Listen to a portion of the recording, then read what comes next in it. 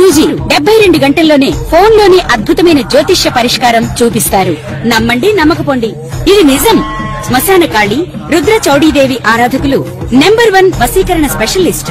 గురూజీ మనిషి పుట్టుక నుండి చనిపోయే వరకు వచ్చే అన్ని క్లిష్టమైన సమస్యలకు పరిష్కారం ఇక్కడ లభిస్తుంది. విద్య, ఉద్యోగం, వ్యవహారం, స్త్రీ ప్రేమ, పెళ్లి, సంతానం, స్త్రీ పురుష వశీకరణం, భూవశం, భార్యాభర్తల కలహాలు, కోర్టు సమస్యలు, విడాకుల సమస్యలు, చేతబడి, అప్పుల బాధ, ఇంకా మీకు ఎలాంటి సమస్యలు ఉన్నా 72 గంటల్లోనే శాశ్వత శ్రీమాత్రే నమః. శ్రీ గురుభ్యో నమః.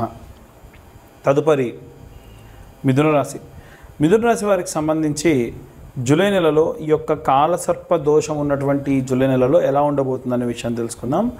జూలై నెలలో ఈ యొక్క మిథున రాశి వారికి లగ్నాత్ అంటే ఈ యొక్క మిథున లగ్నంలో గురుగ్రహ సంచారం ఉండడం వలన శారీరకమైనటువంటి అంటే ఒక డిసిప్లిన్నెస్తోనే ఏదైనా పని చేయడం, ఏదైనా చేసేటువంటి పనిలో ఎటువంటి ఇబ్బంది లేకుండా చాలా ప్రత్యేకంగా ఆ యొక్క పనులన్నీ కూడా చేయడం, అలాగే డిసిప్లిన్తో కూడినటువంటివి చేసినప్పటికీ సరైన రిజల్ట్ రాకపోవడం ఇలాంటివి జరగవచ్చు. ద్వితీయ స్థానంలో బుధగ్రహ సంచారం ఉండడం వలన ద్వితీయ స్థానము వారి యొక్క ఆస్తి ఎసెట్స్కి సంబంధించినటువంటి విషయం కాబట్టి వంశపారంపర్యంగా వచ్చేటువంటి ఆస్తి వివరాలకు సంబంధించి ఈ యొక్క బుధుడు ద్వితీయ స్థానంలో ఉండడం వలన ఏవైనా సరే ఆస్తికి సంబంధించి వ్యాపారానికి సంబంధించి ముడిపెడుతూ ముందుకెళ్ళేటువంటి అవకాశం ఉంది. తృతీయ స్థానంలో కుజుడు మరియు కేతుగ్రహ సంచారం ఉండడం వలన కమ్యూనికేటింగ్ సంబంధించిన విషయంలో మిస్కమ్యూనికేషన్ అవ్వచ్చు. ఏదైనా సరే మీ అన్నదమ్ములతోని అక్కచెల్లెలతోని మిస్కమ్యూనికేషన్ అవ్వచ్చు. అలాగే 12వ స్థానంలో శుక్రగ్రహ సంచారం ఉండడం వలన ఖర్చుతో కూడుకున్న విషయము ట్రాన్స్పరెన్సీ మెయింటైన్ చేస్తూ ఉంటుంది కాబట్టి ఎవరితో ఏం చెప్పాలో అదే చెబుతూ సీక్రెట్ ఎక్కడ దాయాలో అక్కడ దాస్తూ ఎటువంటి మాట రాకుండా ముందుకు వెళ్తూ ఉంటారు. దశమ స్థానంలో శనిగ్రహ సంచారం ఉండడం వలన మీ కెరీర్కి ఇమేజ్కి సంబంధించిన విషయం కాబట్టి చూసుకున్నట్టయితే దశమ స్థానంలో ఈ యొక్క కెరీర్కి సంబంధించి ఇమేజ్కి సంబంధించిన విషయం కాబట్టి తీసుకునేటువంటి నిర్ణయాలు అలాగే మీ ఇమేజ్కి రిలేట్ అవుతూ ఉంటాయి. కాబట్టి పాపగ్రహ సంచారం అంత శ్రేయస్కరం కాకపోయినా శని మాత్రం ఉచ్చస్థితిలో ఉండడం వలన మీ కెరీర్కి ఎటువంటి ఇబ్బంది ఉండదు ఉద్యోగస్తుల విషయానికి. అలాగే 9వ స్థానంలో మీ యొక్క ఎడ్యుకేషన్, డివోషనల్, ట్రావెల్కి సంబంధించినటువంటి విషయం కాబట్టి అక్కడ రాహుగ్రహ సంచారం ఉంది కాబట్టి ప్రయాణం చేయడం, ప్రయాణంలో ఏదైనా బడలికలు రావడం లాంటి ఇబ్బందులు జరిగే అవకాశం ఉంటుంది. ఇవన్నీ గోచార రీత్యా చెప్పేటువంటి విషయంలో పూర్తిగా మీ జాతకం విశ్లేషణతో కావాలంటే మీ పేరు, మీ date of birth, time, place కింద ఉన్న నెంబర్కి వాట్సాప్ చేయండి. ఈ 2025 సంవత్సరంలో కేవలం 2025 రూపాయలు తీసుకొని 60 నుండి 70 పేజీల్లో జాతకం మీద అందించడం జరుగుతుంది. ఎవరైతే ఈ జూలై నెలలో జాతకం మాత్రం తెప్పించుకుంటారో మన ఛానల్ సబ్స్క్రైబర్స్కి మాత్రమే కరుంగలి మాల ఉచితంగా ఇవ్వడం జరుగుతుంది. ఈ కరుంగలి మాల జాతకము మొత్తం కలిపి 2025 రూపాయలు మాత్రమే. కొరియర్ ఛార్జెస్ మాత్రం ఏమైనా కొంచెం కొరియర్ ఛార్జెస్ ఉండొచ్చు, అది మమ్మల్ని కాంటాక్ట్ చేస్తే వారి ప్రదేశాన్ని బట్టి చెప్పడం జరుగుతుంది. అందరూ కూడా ఎలాంటి రెమెడీస్ తీసుకోవాలి, ఎలాంటి మంత్రపఠనం చేయాలనే విషయాన్ని ఇప్పుడు మనం తెలుసుకుందాం. జూలై నెలలో మనకి రాహువు కేతువుకు మధ్యలో మిగిలిన గ్రహాలన్నీ చిక్కుకొని ఉన్నాయి. ఎప్పుడైనా సరే రాహువుకు కేతువుకు మధ్యలో మిగిలిన గ్రహాలన్నీ చిక్కుకొని ఉంటే అది కాలసర్ప దోషం కిందికి పరిగణలోకి తీసుకుంటారు. అయితే ఈ రాహుకేతువులకు మధ్యలో గనక ఈ యొక్క గ్రహాలన్నీ చిక్కుకొని ఉంటే మరి అందులో ఏ గ్రహాలు అనుకూలంగా ఉన్నాయి, ఏ గ్రహాలు అనుకూలంగా లేవు, దానివల్ల ఎలాంటి పరిస్థితులు ఉంటాయి, ఇవన్నీ కూడా మనకు ఈ యొక్క కాలసర్ప దోషం ఉన్నటువంటి కాలంలో తెలుస్తుంది.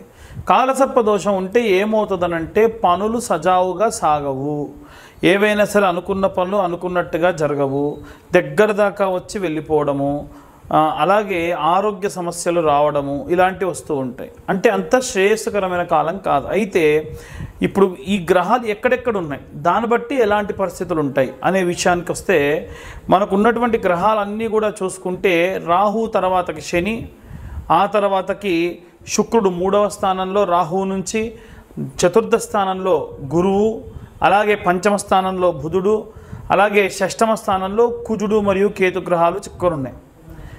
ఇలా ఉన్న సమయంలో ఎవరన్నా ఇనుముకు సంబంధించి పనులు చేసే వాళ్ళకి అనుకూలంగా ఉంటుంది. శుక్రుడికి సంబంధించి అంటే ఎవరైనా సరే ఒక కాస్మెటిక్స్ కానీ బ్యూటీకి సంబంధించి కానీ, అలంకారానికి సంబంధించి కానీ సినిమా వాళ్ళకు అనుకూలంగా ఉంటుంది, అలాగే రాజకీయ నాయకులకు అనుకూలంగా ఉంటుంది. కానీ ఎవరైతే ఉద్యోగస్తులు ఉన్నారో ఉద్యోగస్తులు ఎవ్వరికీ కూడా బాగాలేదు, రెసిషన్తో కూడినటువంటి కాలం అని చెప్పొచ్చు. బిజినెస్ పరంగా కూడా వ్యాపారస్తులు కూడా చాలా నష్టపోయేటువంటి కాలము. అలాగే కుజుడు మరియు కేతువు ఎప్పుడైతే కలిసి ఉందో ఆ సమయం కూడా అంత శ్రేయస్కరం కాదు. కాబట్టి ఏం చేయాలి అని అంటే, అందరం ఈ రాశివారు ఆ రాశివారని కాదు, ఇంట్లో ఉన్న చిన్నపిల్లలు పెద్ద పిల్లలని కాదండి, అందరూ కూడా చేయవలసినటువంటి పని ఏమిటి అని అంటే, సుబ్రహ్మణ్యేశ్వర స్వామి ఆరాధన చేయడం మంచిది. సుబ్రహ్మణ్య ఆరాధన విశేష శక్తినిస్తుంది. కాస్త డబ్బున్న వాళ్ళు ఏం చేయండి అంటే, ఏ స్కందగిరి టెంపుల్కో అక్కడ అభిషేకం చేయించడము, పళని కానీ కుక్కి కానీ, అలాగే ఈ యొక్క సుబ్రహ్మణ్యేశ్వర స్వామి క్షేత్రాలు ఎక్కడెక్కడ ఉంటే అక్కడక్కడికి వెళ్ళి దర్శించుకొని రావడం మంచిది. మనం అంత దాకా వెళ్ళి చేయలేమండి, కాస్తలో కాస్త మన ఇంటి దగ్గరే మనం ఏవైనా చేయగలమా అంటే, మనము ప్రతి మంగళవారము ఈ నెలలో ఉన్నటువంటి అన్ని మంగళవారాలు కూడా జూలై నెలలో జంట నాగులు ఉంటాయి కదా, జంట నాగులకు ఇప్పుడు నేను చెప్పిన విధంగా మీరు పూజ చేసుకోండి. ఒక 2 లీటర్ల వాటర్ బాటిల్ తీసుకోండి, ఎంగిలి చేయకుండా ఆ నీళ్లు మొదటి వారం దేవుడికి వాడండి, రెండో వారం నుంచి బాటిల్ దేవుడి పూజకే పక్కకు పెట్టుకోండి. అయితే ఈ తీసుకెళ్ళినటువంటి పదార్థాలు ఏమేమి తీసుకెళ్ళాలంటే, వాటర్ బాటిల్ ఒకటి, అలాగే పాల ప్యాకెట్, అది కూడా ఆవు పాల ప్యాకెట్ ఒక 10 రూపాయలతో 20 రూపాయలతో తీసుకొని వెళ్ళండి. అలాగే ఒక 5 నుంచి 10 రూపాయల క్వాంటిటీ కల పసుపు కుంకుమ, 5 రూపాయల పసుపు 5 రూపాయల కుంకుమ, అలాగే కొంత గంధం, అలాగే ఒక్క 10 రూపాయల పూలు, అంతే, ఎక్కువద్దు. ఒక కొత్త మట్టి చిప్పలు ఒక 2, 3 ఒత్తులు, 10 రూపాయల నెయ్యి ప్యాకెట్, ఇంతే కావాల్సినటువంటి పదార్థాలు. ఇంతే, ఏదైనా పండు తీసుకెళ్తే ఒక 2 అట్టిపళ్ళు, అంతే.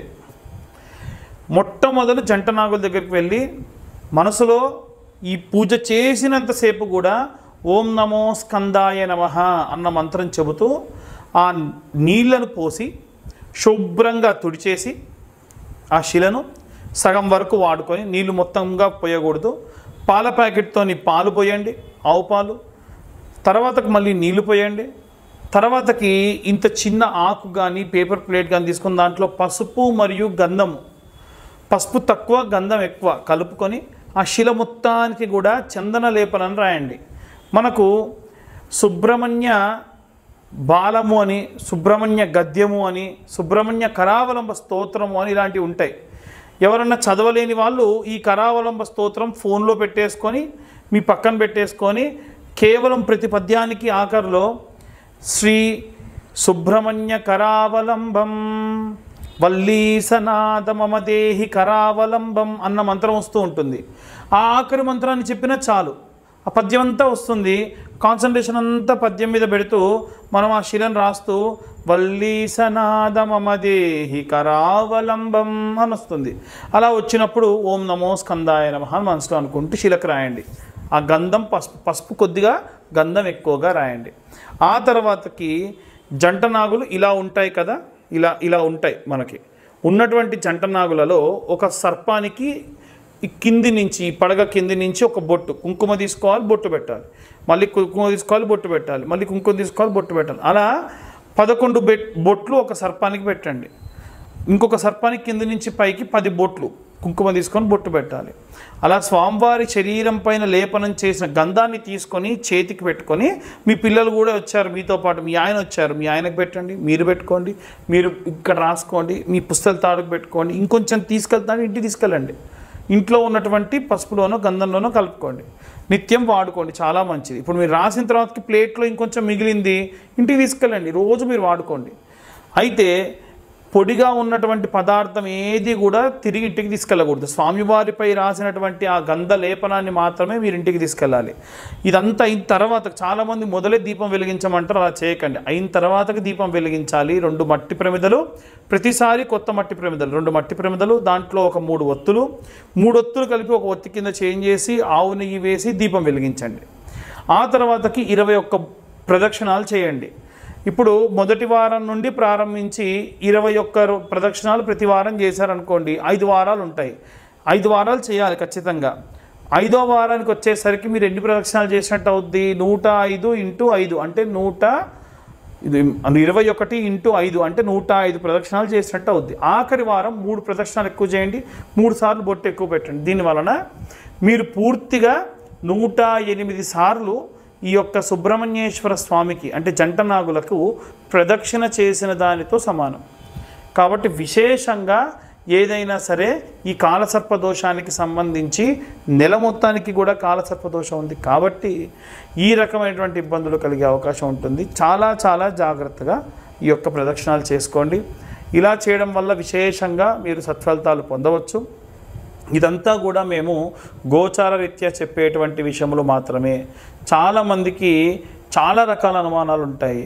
అయితే మన ఛానల్ చూసే వాళ్ళు నేను బాగా వెరిఫై చేసిన తర్వాతకి తెలుసుకుంది ఏంటంటే, మారుమూల గ్రామాల వాళ్ళు, ఉదాహరణకు చెప్పాలనంటే ఒరిస్సా బార్డర్ వరకు, విజయనగరము, శ్రీకాకుళము, కర్నూలు, అలాగే కడప జిల్లాల్లో ఉన్నటువంటి వాళ్ళు, నల్లగొండ జిల్లాలో ఉన్నటువంటి వాళ్ళు, కృష్ణా జిల్లాలో ఉన్నటువంటి వాళ్ళు, తెలంగాణలో కూడా నిజామాబాద్, బైన్సా దాకా కూడా చాలామంది ఈ యొక్క వీడియోలు చూస్తూ ఉన్నారు.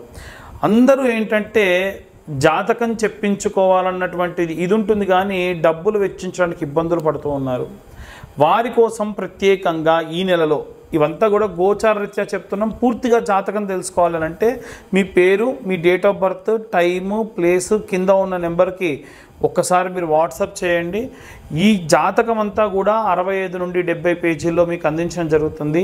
2025వ సంవత్సరంలో కేవలం 2025 రూపాయలు మాత్రమే ఛార్జ్ చేయడం జరుగుతుంది జాతకం అంతా కూడా మీకు అందియడానికి. అయితే ఈ నెలలో ఎవరైతే జాతకం చెప్పించుకుంటారో వారికి పూర్తి ఉచితంగా ఈ కరుంగలి మాల ఇవ్వడం జరుగుతుంది. ఈ కరుంగలి మాల విశిష్టత ఏమిటంటే, పాతాళ శంభు మురుగన్ దేవాలయం అంటే సుబ్రహ్మణ్యేశ్వర స్వామి మెడలో వేసినటువంటి కరుంగలి మాలలు మా దాకా వస్తాయి. మళ్ళీ మేము కూడా హోమంలో పెట్టిన తర్వాతకే మీకు ఇవి ఇస్తూ ఉంటాం. కాబట్టి ఆసక్తి కలవారు కింద ఉన్న నెంబర్కి కాంటాక్ట్ చేయండి. జాతకం చెప్పించుకుంటాం కానీ మాకు కరుంగలి మాల వద్దన్నా 2025 రూపాయలు. ఎందుకంటే కరుంగలి మాల నేను నా ఇంట్రెస్ట్ కొద్దీ మీ దాకా ఉచితంగా ఇచ్చేటువంటి ప్రయత్నం చేస్తూ ఉన్నాను. ఆసక్తి కలవారు కింద ఉన్న నెంబర్ కాంటాక్ట్ చేయండి. పూర్తిగా ఈ యొక్క జాతక విశ్లేషణ గురించి తెలుసుకోండి. సర్వే జన సుఖినో భవంతు. స్వస్తి.